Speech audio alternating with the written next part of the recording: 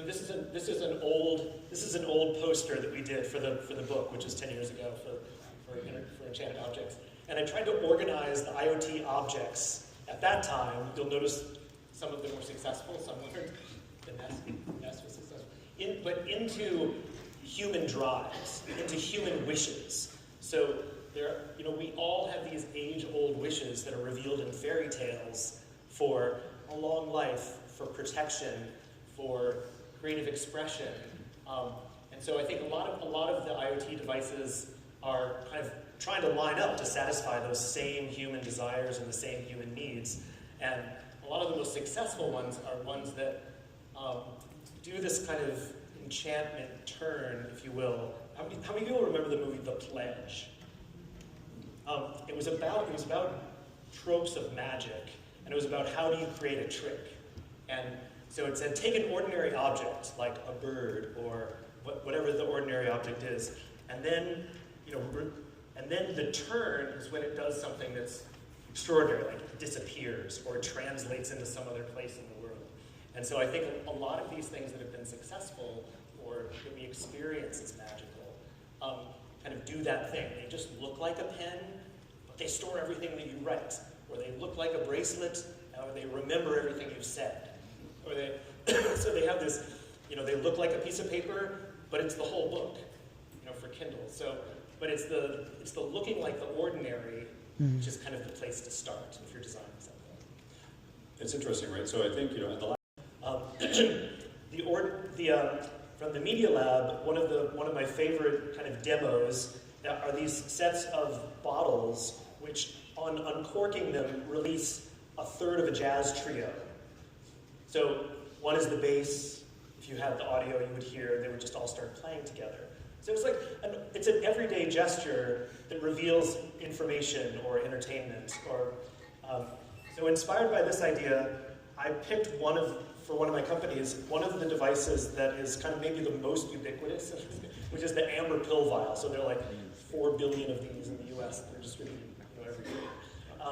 And it looks normal, but the top of it has this, doesn't require an app, but glows when it's time to take your med, and then gets increasingly more obnoxious by making sounds and sending you text messages and things like that. Well, the reason that I wanted to show this was it's an ordinary object with a set of services, and guess how much it costs?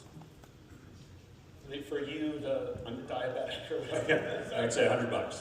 Nothing, no. The business model is totally subsidized because pharma companies sell more meds and insurance companies lower care costs by huge amounts that so eclipse the cost of a wireless pill bottle cap. One chip, yeah. So it seems like if you're getting into IoT, think carefully about the ordinary object that's familiar, that you're reinventing, and the service on top of that, the service layer on top of that, and how can it be distributed as a default by pharmacies, or how do you get many into the world as a default object? That makes sense. How do you see these trends kind of continuing, right? As we're here on the health side, and we talked about kind of live changes in terms of your sleep pattern. How do you see those technologies or that trend on health kind of evolving to come together? And does AI really play a piece there, or is it mainly simply first just connecting them? I think it's the question of the show, right? Which is how does AI, interact with? And for me, I think one of the most compelling things about Gen AI is how it learns you, and the long context window opportunity that the home or the car or wearables have in order to learn more about you. Just to piss you all off, I'm wearing a device that I just started wearing 2 days ago called the Bee, and it's just a microphone that records my life.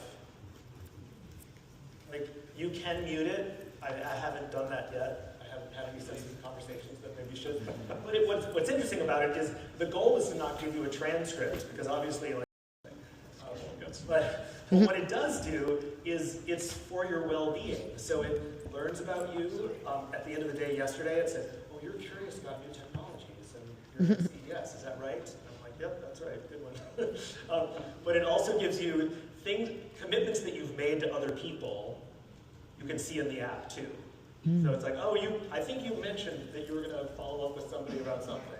So it just like lists those things, which I don't know, for me it's good because I don't have a great memory for all of those commitments. But really it's just a long context window, right? It's just like the whole day of what was said all around. Does it put it into a diary or a kind of encapsulate it in a summary at the end? It does. I think the company is new, so they just have one app and it doesn't really stitch together to another ecosystem, but it certainly should. Which I guess it does auth with Apple Health.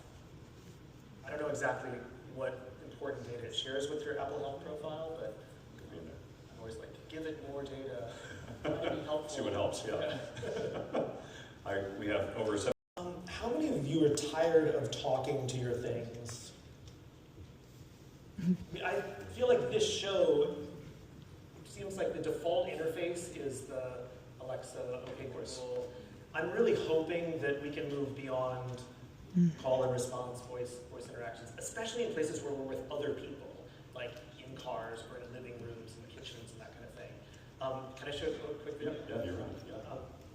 So I did an intern kind of project a couple of years ago at IDEO, the design firm, and if you can put up the video screen of that, the idea was, just like Alexa has a trigger word, or Google and Apple do too, what would be the trigger gesture that would summon the attention of a control interface? And then, Let's go back. yeah, maybe the video's not playing, whatever. I can just explain it. So that we experimented with interviewing people on what would be trigger gestures, and we came up with this for many people was kind of something you didn't do all the time. Hold your hand above your head. Maybe some people do. So when you did this gesture, that was the system should pay attention to me, and then it would look at where you're pointing as the object of interest. It probably could use gaze too, but pointing was just easier to do at that point in terms of computer vision. And then the control interface was volume up or volume down, lighting up, lighting down, color was this gesture. And I feel like in those situations where you did have someone that was looking at your intent, gesture is just so much faster and subtle than voice, right? Like you can, if somebody knows you well, you can be like come here, or not right now, or and so I'm excited. I feel like the next big thing in terms of interaction beyond voice is maybe gutturals, like like that would be better than full sentences, and also gesture I think would be awesome. That's pretty cool. Measure. Might be inspiring for other people. That sounds great. Let's take a look. Yeah. So this is a startup in Boston that has a background in landscape design, and it's useful that there's already a lot of scene segmentation. There's already a lot of data from satellites that you can pass through a scene segmentation AI to figure out what is hardscape, what is house, what is low vegetation, etc. So the company called Home Outside that I worked with on this kind of starts with that, and then they take Google Street View photos and do the same kind of scene segmentation to basically try to rebuild and reconstruct the world as it is, and then show through a set of rules how you could put in more natural pollinators, things that would gather water, things that would absorb more carbon. And most people, when they see this, what's nice about this is the business model is to do this for free.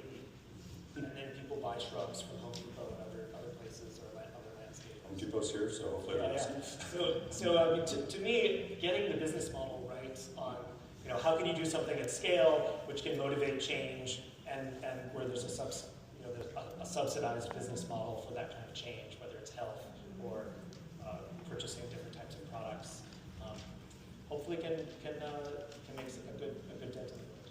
Awesome. Thank you, Dave.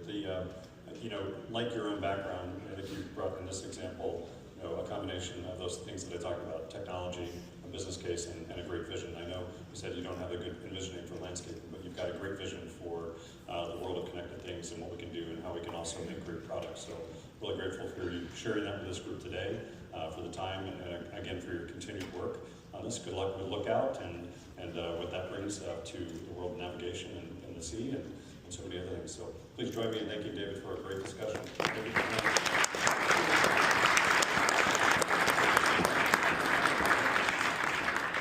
Any voters?